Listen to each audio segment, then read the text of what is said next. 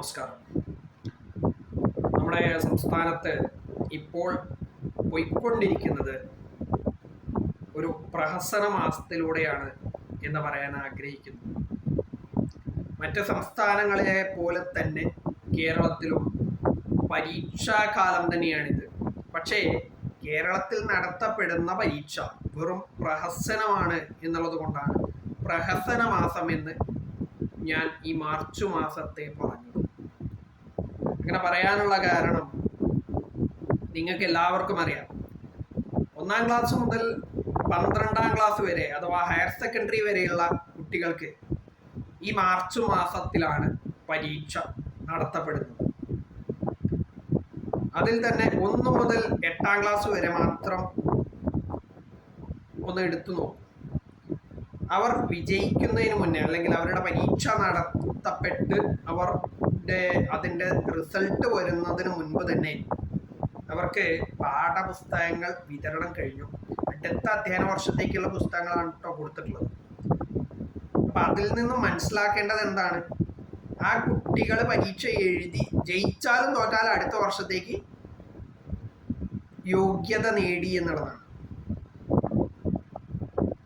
അത് തീർത്തും തെറ്റായിട്ടുള്ള ഒരു പ്രവണതയാണ് എന്നാണ് എൻ്റെ ഒരു കാഴ്ചപ്പാടും അഭിപ്രായവും. അതിനോട് യോജിക്കുന്ന ഒരുപാട് ആളുകൾ ഉണ്ട് എന്നുള്ളത് എനിക്ക് വളരെയധികം വ്യക്തിപരമായി തന്നെ അറിയാവുന്നതാണ്. ഒരു കാര്യത്തിൽ നല്ലത് പറയാൻ ആഗ്രഹിക്കുന്നു എന്നല്ല, നല്ലത് നടന്നിട്ടുണ്ട്. കാരണം എന്താ വെച്ചാൽ അടുത്ത അധ്യയന വർഷം തുടങ്ങുന്നതിന് മുൻപ് തന്നെ പാഠപുസ്തകങ്ങളുടെ അച്ചടി കഴിഞ്ഞു എന്നുള്ളത്. ആദ്യഘട്ടത്തിലേക്കുള്ള പുസ്തകങ്ങളുടെ അച്ചടി കഴിഞ്ഞു എന്നുള്ളത് വളരെയധികം അഭിനന്ദിക്കേണ്ട വിഷയമാണ്. അങ്ങനെ പറയാനുള്ള കാരണം, ഓണം നേരത്തെ വന്നതുകൊണ്ടാണ് പാഠപുസ്തക അച്ചടിയും വിതരണവും കൃത്യമായി നടത്താൻ കഴിയാഞ്ഞത് എന്ന് പറഞ്ഞ വിദ്യാഭ്യാസ മന്ത്രി ഉണ്ടായിരുന്ന നാടാണ് കേരളം എന്നുള്ളത് കൊണ്ടാണ്. ആ അവസ്ഥയിൽ നിന്നും കൃത്യമായ രീതിയിലുള്ള നിരീക്ഷണത്തോടുകൂടിയും ഇടപെടലോടുകൂടിയും ഇപ്പോ പാഠപുസ്തകങ്ങൾ കൃത്യമായ സമയത്ത് അച്ചടി പൂർത്തീകരിച്ചു എന്നുള്ളത് കൊണ്ടാണ്. പക്ഷെ അത് വിതരണം ചെയ്ത രീതി വളരെയധികം തെറ്റായിട്ടുള്ളതാണ്. കുട്ടികൾ പരീക്ഷ എഴുതി അതിൻ്റെ റിസൾട്ട് വന്ന് അവർ ജയിച്ചിട്ടുണ്ടെങ്കിൽ മാത്രമായിരുന്നു അടുത്ത അധ്യയന വർഷത്തേക്ക് പാഠപുസ്തകം കൊടുക്കേണ്ടിയിരുന്നത്. അതായത് ജയിച്ച കുട്ടികൾക്ക് മാത്രം അടുത്ത അധ്യയന വർഷത്തേക്കുള്ള പാഠപുസ്തകങ്ങൾ കൊടുക്കുക. പണ്ട് കാലത്ത് നമ്മുടെ സംസ്ഥാനത്ത് നടന്നിരുന്ന കാര്യം തന്നെയാണിത്. ഏത്? പരീക്ഷ എഴുതി വിജയിക്കുന്നവർക്ക് മാത്രം അടുത്ത അധ്യയന വർഷത്തേക്ക് ഉള്ള പാഠപുസ്തകങ്ങൾ വിതരണം ചെയ്യുക എന്നുള്ളത്. അത് ഇടക്കാലത്ത് മാറ്റം സംഭവിച്ചു, അത് വീണ്ടും മാറിപ്പോയി. ഇപ്പോൾ കൃത്യമായ സമയത്ത് അച്ചടി പൂർത്തീകരിച്ചു എന്നുള്ളത് വളരെയധികം നല്ല കാര്യം തന്നെയാണ്. പക്ഷേ ഈ പറഞ്ഞ പോലെ അത് വിതരണം ചെയ്തത് ആ രീതി വളരെയധികം തെറ്റാണ്. അതിൽ നിന്നും കുട്ടികൾ മനസ്സിലാക്കുന്നത് എന്താ പറയുക, ഞങ്ങൾ പരീക്ഷ എഴുതി ജയിച്ചാലും തോറ്റാലും ഞങ്ങൾ അടുത്ത ക്ലാസ്സിലേക്ക് കയറ്റി വിടും, അതുകൊണ്ട് ഞങ്ങൾ പഠിച്ചാൽ എന്താ പഠിച്ചില്ലെങ്കിൽ എന്താ എന്നുള്ളൊരു തോന്നൽ വിദ്യാർത്ഥികൾക്കിടയിൽ വന്നു കഴിഞ്ഞു എന്നുള്ളതാണ് വാസ്തവം. ഇതൊക്കെ ചെയ്തിട്ടുള്ള വിദ്യാഭ്യാസ വകുപ്പ് യഥാർത്ഥത്തിൽ കുട്ടികളുടെ ഭാവി തുലയ്ക്കുകയാണ് ചെയ്തിട്ടുള്ളത്. ആ ഒരു അഭിപ്രായം മാത്രമേ എനിക്ക് പറയാനുള്ളൂ. കാരണം ഈ ഒരു പ്രവണത അല്ലെങ്കിൽ ഈ ചെയ്ത പ്രവൃത്തി എന്നുള്ളത് വളരെയധികം തെറ്റായിട്ടുള്ള കാര്യം തന്നെയാണ്.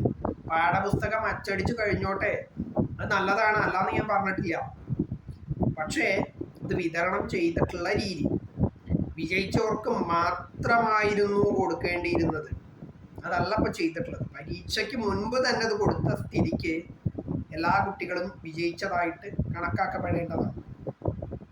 അല്ലെങ്കിലും അങ്ങനെ തന്നെയാണ്, എല്ലാവരെയും ജയിപ്പിച്ചു വിടുക എന്നുള്ള സമ്പ്രദായമാണ് കേരളം കാലങ്ങളായിട്ടിപ്പോൾ അനുവർത്തിച്ചു പോരുന്നത്. അതുകൊണ്ട് തന്നെ വിദ്യാർത്ഥികളുടെ ഭാവി പരമാവധി ഈ പറഞ്ഞ വിദ്യാഭ്യാസ വകുപ്പ് തുലച്ചുകൊണ്ടിരിക്കുകയാണ്. നിങ്ങൾക്ക് അറിയുമെന്നറിയില്ല, നമ്മുടെ സംസ്ഥാനത്ത് ഹയർ സെക്കൻഡറി കഴിഞ്ഞിട്ട് മറ്റ് സംസ്ഥാനങ്ങളിലേക്കും അതല്ലെങ്കിൽ വിദേശ രാജ്യങ്ങളിലേക്കും ഡിഗ്രി എടുക്കുന്നതിന് വേണ്ടി പോകുന്ന ഒരുപാട് ആളുകളുണ്ട്. പക്ഷെ അതിൽ ഭൂരിഭാഗം പേരും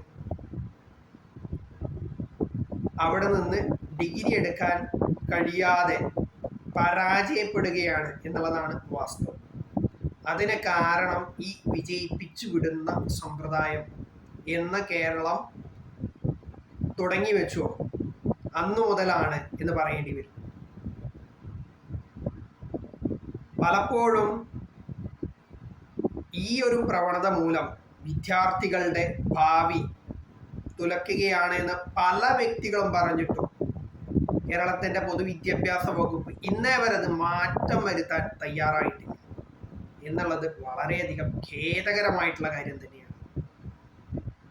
നിങ്ങൾ വെറുതെ ഒന്ന് പരിശോധിച്ചു നോക്കുക. കേരളത്തിൽ നിന്നും മറ്റ് സംസ്ഥാനങ്ങളിലെ യൂണിവേഴ്സിറ്റികളിലേക്ക് അഡ്മിഷന് വേണ്ടി അപേക്ഷിച്ച പല കുട്ടികൾക്കും അവിടങ്ങളിൽ അഡ്മിഷൻ ലഭിച്ചിട്ടില്ല. അതിന് കാരണം അവിടങ്ങളിലൊന്നും മാർക്കിൻ്റെ മാത്രം അടിസ്ഥാനത്തിലല്ല അഡ്മിഷൻ കൊടുക്കുന്നത് എന്നുള്ളത് കൊണ്ടാണ്. അവിടെ പലതരത്തിലുള്ള കടമ്പകൾ കടന്നു വേണം അഡ്മിഷൻ നേടാൻ. ആ കടമ്പകൾ ചാടിക്കടക്കുവാൻ മഹാഭൂരിപക്ഷം കേരളത്തിലെ കുട്ടികൾക്കും കഴിയുന്നില്ല. അത് കുട്ടികളുടെ തെറ്റല്ല, അത് ഇവിടുത്തെ വിദ്യാഭ്യാസ വകുപ്പിൻ്റെയും വിദ്യാഭ്യാസ രീതിയുടെയും തെറ്റാണ്. എല്ലാവരെയും വിജയിപ്പിച്ചു വിടുക എന്നുള്ളതായിരിക്കരുത് പൊതുവിദ്യാഭ്യാസ വകുപ്പ് ചെയ്യേണ്ട കാര്യം. അവർ ചെയ്യേണ്ടത് ജയിക്കാൻ കഴിയുന്ന വിദ്യാർത്ഥികളെ മാത്രം ജയിപ്പിക്കുക, തോൽക്കാൻ സാധ്യത ഉള്ളവരെ കൂടി ജയിപ്പിക്കുന്ന ഒരു രീതിയാണ് ഇപ്പൊ കടന്നുപോയിക്കൊണ്ടിരിക്കുന്നത് അല്ലെങ്കിൽ നടത്തി വരുന്നത് എന്നതുകൊണ്ടാണ് ഞാനത് പറയുന്നത്.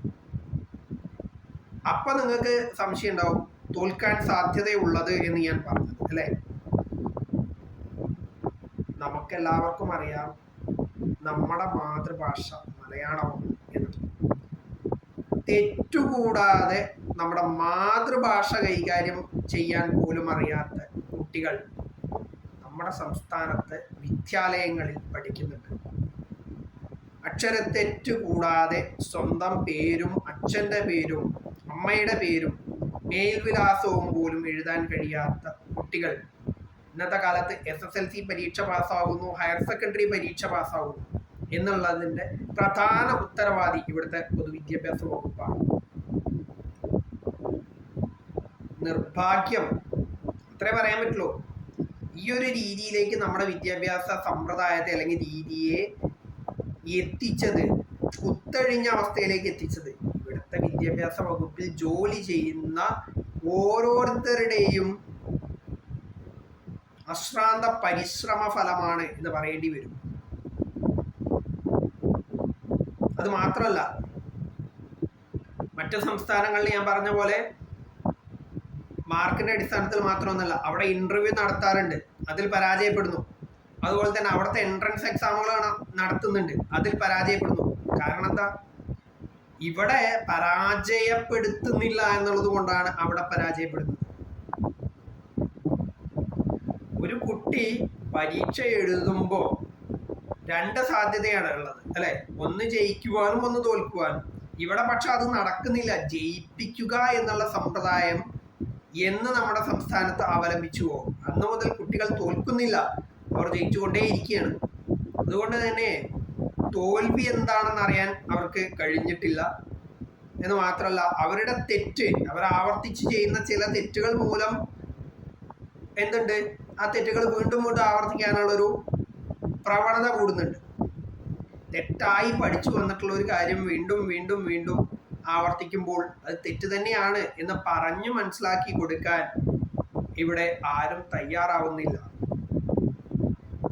അതിന് കാരണം ഇവിടുത്തെ വിദ്യാഭ്യാസ രീതി തന്നെയാണ്. കുട്ടികൾ പരീക്ഷ എഴുതുമ്പോൾ ജയിക്കണം അല്ലെങ്കിൽ തോൽക്കണം, ഈ ഒരു രണ്ട് സാധ്യതയാണ്. ഇവിടെ അത് നടക്കുന്നില്ല. എന്താ ചെയ്യുക? അത് ഇവിടുത്തെ വിദ്യാഭ്യാസ രീതിയിൽ വന്നിട്ടുള്ള മൂല്യച്യുതി തന്നെയാണ്. നമ്മുടെ വിദ്യാഭ്യാസ രീതി പണ്ട് കാലത്ത് പേര് കേട്ടതായിരുന്നു. ഇന്നത് കൈമോശം സംഭവിച്ചു എന്ന് നിർഭാഗ്യവശാൽ പറയാതിരിക്കാൻ കഴിയുന്നില്ല. ഇത്തരത്തിലുള്ള കാര്യങ്ങൾ നമ്മുടെ നാട്ടിൽ നടക്കുന്നു, അല്ലെങ്കിൽ ഇത്തരം രീതിയിലാണ് നമ്മുടെ നാട്ടിൽ പരീക്ഷകൾ നടത്തുന്നത് എന്നതുകൊണ്ടാണ് ഞാൻ പറഞ്ഞത് നമ്മുടെ നാട്ടിൽ നടക്കുന്ന പരീക്ഷകൾ അല്ലെങ്കിൽ നടത്തുന്ന പരീക്ഷകൾ വെറും പ്രഹസനം ആണ്. ഇനി ഒരു ഉദാഹരണം കൂടി വേണമെങ്കിൽ പറഞ്ഞുതരാം. കഴിഞ്ഞ വർഷം കൊട്ടിഘോഷിച്ചുകൊണ്ട് 8ാം ക്ലാസ്സിലെ കുട്ടികളെ തോൽപ്പിച്ചിട്ടുണ്ടായിരുന്നു. അവിടെ പരീക്ഷ നടത്തി തോറ്റ കുട്ടികളെ വീണ്ടും മെയ് മാസത്തിൽ ഒക്കെ ആയിട്ട് ഇരുത്തി പഠിപ്പിച്ച് സ്കൂളുകളിലേക്ക് ഇരുത്തി പഠിപ്പിച്ചിട്ട് വീണ്ടും പരീക്ഷകൾ നടത്തി. അതിൽ തോറ്റവർക്ക് വീണ്ടും ക്ലാസ് കൊടുത്ത് വീണ്ടും പരീക്ഷ നടത്തി. അവരെ കൊണ്ടുപോയിട്ട് 9ാം ക്ലാസ്സിൽ ഇരുത്തി. ഫലത്തില് ആദ്യം പരീക്ഷ നടത്തിയ സമയത്ത് ഉത്തരക്കടലാസുകൾ നോക്കി തോൽക്കേണ്ട കുട്ടികളെ തോൽപ്പിച്ച അധ്യാപകർ, അതായത് യോഗ്യതയില്ലാതെ ഇരുന്ന കുട്ടികളെ തോൽപ്പിച്ച അധ്യാപകരെ കളിയാക്കുന്ന ഒരു പരിപാടിയാണ് നമ്മുടെ പൊതുവിദ്യാഭ്യാസ വകുപ്പ് നടത്തിയത്. എന്തായാലും ഇത്തരത്തിലുള്ള പ്രഹസനങ്ങളുമായിട്ട് നമ്മുടെ പൊതുവിദ്യാഭ്യാസ വകുപ്പ് ഇനിയും മുന്നോട്ട് പോകണം. അങ്ങനെ നമ്മുടെ സംസ്ഥാനത്തെ കുട്ടികളുടെ ഭാവി തുലയ്ക്കണം എന്ന് ഞാൻ പറയും. കാരണം നിങ്ങളെ കൊണ്ട് അതേ കഴിയുകയുള്ളൂ. നിങ്ങൾ വർഷങ്ങളായിട്ട് ചെയ്തു വരുന്നതും അത് തന്നെയാണ്. അത് തുടർന്നു കൊണ്ടുപോവുക. അതുകൊണ്ടാണ് നമ്മുടെ സംസ്ഥാനത്തെ വിദ്യാഭ്യാസ മേഖല ഉയർച്ച നേടാത്തത് എന്ന് പറയേണ്ട ഗതികേടാണ് പല വിദ്യാഭ്യാസ വകുപ്പിൽ ജോലി ചെയ്യുന്ന ആളുകൾക്കും ഇപ്പോൾ ഉള്ളത്. നമ്മുടെ വിദ്യാഭ്യാസ വകുപ്പ് ഒരു കാലത്ത് മികച്ചതായിരുന്നു, അല്ലെങ്കിൽ നമ്മുടെ വിദ്യാഭ്യാസ രീതി ഒരു കാലത്ത് മികച്ചതായിരുന്നു. എന്നാൽ ഇന്ന് അല്ല എന്ന് പറയേണ്ട അവസ്ഥയിലേക്ക് നമ്മുടെ സംസ്ഥാനത്തെ വിദ്യാഭ്യാസത്തെ എത്തിച്ച എല്ലാ ആളുകൾക്കും നല്ല നമസ്കാരം പറയേണ്ട അവസ്ഥയിലൂടെയാണ് നമ്മളിപ്പോൾ കടന്നു പോകുന്നത്. അതിൽ കക്ഷി രാഷ്ട്രീയം നോക്കേണ്ടതില്ല എന്ന് നമ്മൾ വിദ്യാർത്ഥികളെ ജയിപ്പിച്ച് വിടുന്ന സമ്പ്രദായം നമ്മുടെ നാട്ടിൽ അവലംബിച്ചോ അന്നു മുതൽ നമ്മുടെ സംസ്ഥാനത്തെ വിദ്യാഭ്യാസ രീതി അല്ലെങ്കിൽ വിദ്യാഭ്യാസ അതിൻ്റെ ഒരു എന്താ പറയുക മൂല്യം താഴേക്ക് പോയിക്കൊണ്ടിരിക്കുന്നു, അല്ലെങ്കിൽ താഴേക്ക് പോയിട്ടേ ഉള്ളൂ എന്ന് പറയാതിരിക്കാൻ കഴിയുന്നില്ല. മാറ്റങ്ങൾ സംഭവിക്കേണ്ടതാണ്, പക്ഷേ നിർഭാഗ്യവശാൽ അത് നടക്കാൻ പോകുന്നില്ല എന്ന് വളരെയധികം സങ്കടത്തോടു കൂടി പറയുകയാണ്. എന്തായാലും ഇതിങ്ങനെയൊക്കെ തന്നെ പോയിക്കൊണ്ടിരിക്കും. വിദ്യാർത്ഥികളുടെ ഭാവി തുലയ്ക്കുന്നതിനുള്ള പല വമ്പൻ പ്രഖ്യാപനങ്ങളും പരിപാടികളുമായിട്ട് നമ്മുടെ പൊതുവിദ്യാഭ്യാസ വകുപ്പ് മുന്നോട്ട് പോകും. അത് ആര് ഭരിച്ചാലും അങ്ങനെയൊക്കെ തന്നെ ഉണ്ടാകാൻ പോകുന്നുള്ളൂ എന്ന് മാത്രം പറഞ്ഞുകൊണ്ട് അവസാനിപ്പിക്കുന്നു.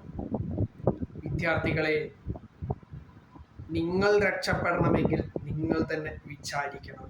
അതല്ലാതെ പൊതുവിദ്യാഭ്യാസ വകുപ്പിനെ മാത്രം ആശ്രയിച്ചായിരിക്കരുത് നിങ്ങളുടെ പഠനം, പ്രത്യേകിച്ചും കേരളത്തിൽ എന്ന് പറയാൻ ആഗ്രഹിക്കുകയാണ്.